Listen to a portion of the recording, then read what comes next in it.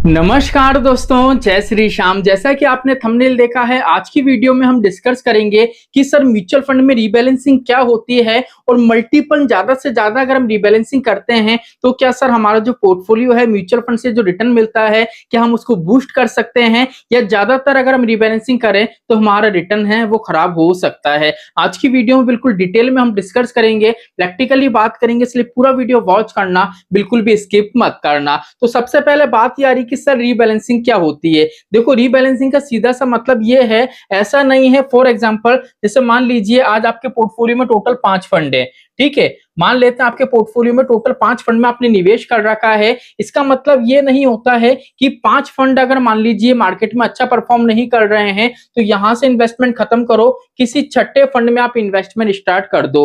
Rebalancing का कतई ही ये मतलब नहीं होता है। पहले तो ये वाली बात अपने दिमाग में अच्छी तरीके से आप फिट कर लो। तो सर रीबैलेंसिंग होती क्या है? रीबैलेंसिंग ये होती है, वहां पे ये बोला जाता है कि भैया सबसे पहले तो क्या होता है, म्यूचुअल फंड में अगर आप निवेश कर रहे हो ना तो वहां पे सबकी रिस्क लेने की कैपेसिटी है वो अलग अलग होती है। कोई मार्केट से मीडियम रिस्क लेता है, कोई लो रिस्क लेता है, कोई अग्रेसिव इन्वेस्टमेंट करता है। तो यहाँ पे क्या होता है, जिस टाइम हम म्यूचुअल फंड में निवेश स्टार्ट कर रहे हैं हमको ये देखना है कि भैया हमारी रिस्क लेने की कैपेसिटी और हमारा जो टाइम पीरियड है, हमको कितने साल में गोल अचीव करना है, उस अकॉर्डिंग हम मार्केट से कितना रिस्क ले सकते हैं। इसका मतलब ये है, जैसे मान लीजिए मैं 70% है वो इक्विटी में निवेश कर सकता हूं, ठीक है। बाकी का 30% है, 30% में मान लीजिए मैं 15% है वो डेप्थ में निवेश कर सकता हूं। 15% मेरा जो बच्चा है मान लीजिए मैं गोल्ड में निवेश कर सकता हूं। तो इस तरीके से आपको एक्सपोजर एक बार सेट कर देना है, उसके बाद आपको इन्वेस्टमेंट स्टार्ट कर देना है। अब आपने इन्वेस्टमेंट स्टार्ट कर दिया,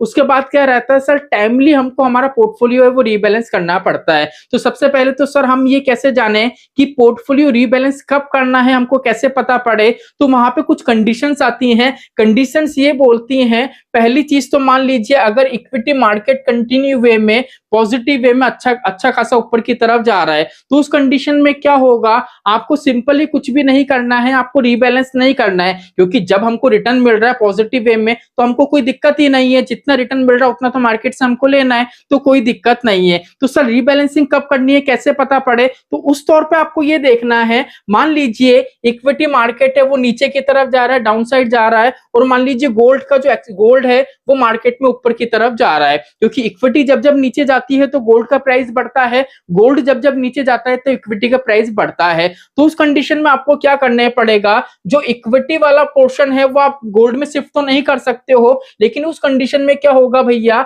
आपको गोल्ड में थोड़ा फोकस करना पड़ेगा।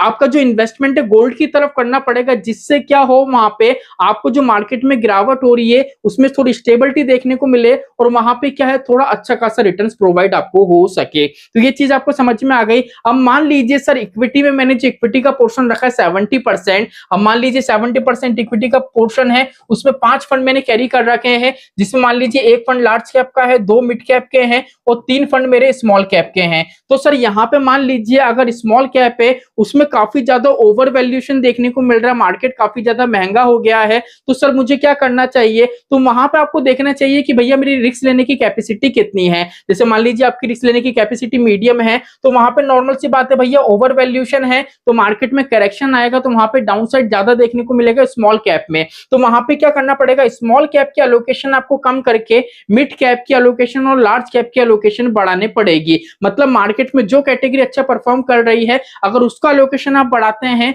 तो शॉर्ट टर्म में जहां पे मार्केट में गिरावट हो रही है वहां पे एक स्टेबिलिटी आपको मिल सकती है अगर आपकी रिस्क लेने की कैपेबिलिटी मीडियम है। लेकिन अगर आप लंबे समय के लिए निवेश करना चाह रहे हैं, रिस्क लेने की कैपेसिटी हाई है, तो वहां पे आपको क्या करना है, मार्केट में जो सेक्टर जो कैटेगरी डाउन साइड जा रही है उसमें ही आपको ज्यादा से ज्यादा पैसा निवेश करना है और उसका एलोकेशन आपको बढ़ा देना है। क्योंकि क्या होगा, जितने डीप में निवेश करोगे तो लो एनएवी प्राइस से ज्यादा यूनिट्स आपको अलॉट होंगे। तो यहाँ पे आप डिफरेंस समझ गए, रिस्क लेने की कैपेसिटी मीडियम है, लो है, तो ऐसी जगह निवेश करना है जहां मार्केट पॉजिटिव हो। अगर आपकी रिस्क लेने की कैपेसिटी अग्रेसिव है, हाई है, तो ऐसी जगह निवेश करना है जहां पे मार्केट डीप में जा रहा है। ये दोनों चीज चीज आपको क्लियर हो गई, तो यहां से आपको ये पता पड़ेगा कि म्यूचुअल फंड में जब हमको निवेश करना है, रीबैलेंसिंग कब करनी है, इसका सीधा सीधा आपको आंसर पता पड़ जाएगा। चलिए अब अगर हम आगे की तरफ चले तो सर हम ये बताइए कि सर रीबैलेंस ज्यादातर अगर हम करें तो क्या सर हमारा जो पोर्टफोलियो में हमको रिटर्न्स प्रोवाइड होता है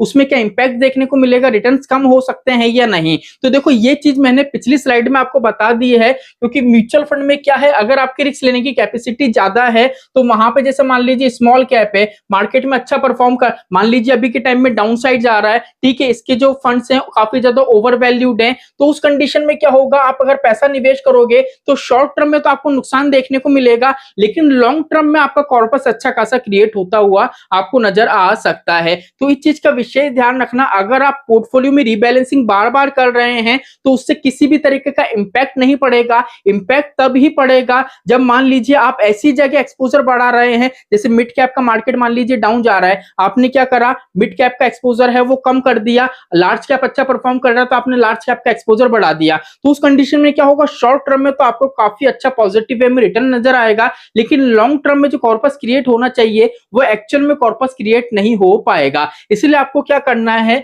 मार्केट जो कैटेगरी का मार्केट डीप हो, रिस्क लेने की कैपेसिटी हो, तो वहां पे आपको निवेश करना चाहिए, वहां का अलोकेशन बढ़ाना चाहिए, उन फंड्स की एसआईपी का अमाउंट आपको इंक्रीज करना चाहिए, जिससे क्या होगा भैया, आप जब जब रीबैलेंसिंग करेंगे तो मार्केट का जो डीप वाला पॉइंट है वहां पे आप अलोकेशन इंक्रीज करेंगे तो लॉन्ग टर्म में अच्छा खासा कॉर्पस क्रिएट होता हुआ आपको नजर आएगा। तो यहाँ पे भी मैंने आपको डिफरेंस बता दिया है कि सर अगर आप पोर्टफोलियो में बार बार रीबैलेंसिंग कर रहे हो तो भी रिटर्न्स पे कोई इंपैक्ट नहीं पड़ेगा, लेकिन अगर डाउन साइड वाले में निवेश कर रहे हो तो लॉन्ग टर्म में अच्छा खासा कॉर्पस क्रिएट होगा, लेकिन जो फंड मार्केट में अच्छा परफॉर्म कर रहे हैं वहां की एलोकेशन बढ़ाओगे तो शॉर्ट टर्म में तो आपको बेनिफिट देखने को मिलेगा, लेकिन लॉन्ग टर्म में वहां पे आपको थोड़ा कम रिटर्न्स प्रोवाइड होगा, थोड़ा कम कॉर्पस क्रिएट होगा, क्योंकि आपने जो निवेश करा है ऐसे फंड्स में करा है जो जिनके स्टॉक्स ऑलरेडी मार्केट में अच्छा परफॉर्म कर रहे हैं, तो वहां पे क्या होगा, आपको जो यूनिट्स अलॉट होंगे वो कम एनएवी, वो ज्यादा से ज्यादा एनएवी प्राइस पे कम से कम यूनिट्स आपको अलॉट होंगे। तो यहाँ पे ये चीज आपको समझ में आ गई। अब बात आ रही है कि सर मान लीजिए अगर हमको रिबैलेंसिंग करनी है तो हम कब कब कर सकते हैं। रिबैलेंसिंग करने का सबसे बेस्ट जो टाइम होता है वो 3 तरीके के टाइम होते हैं, उसमें से मैं आपको 2 टाइम बताऊंगा।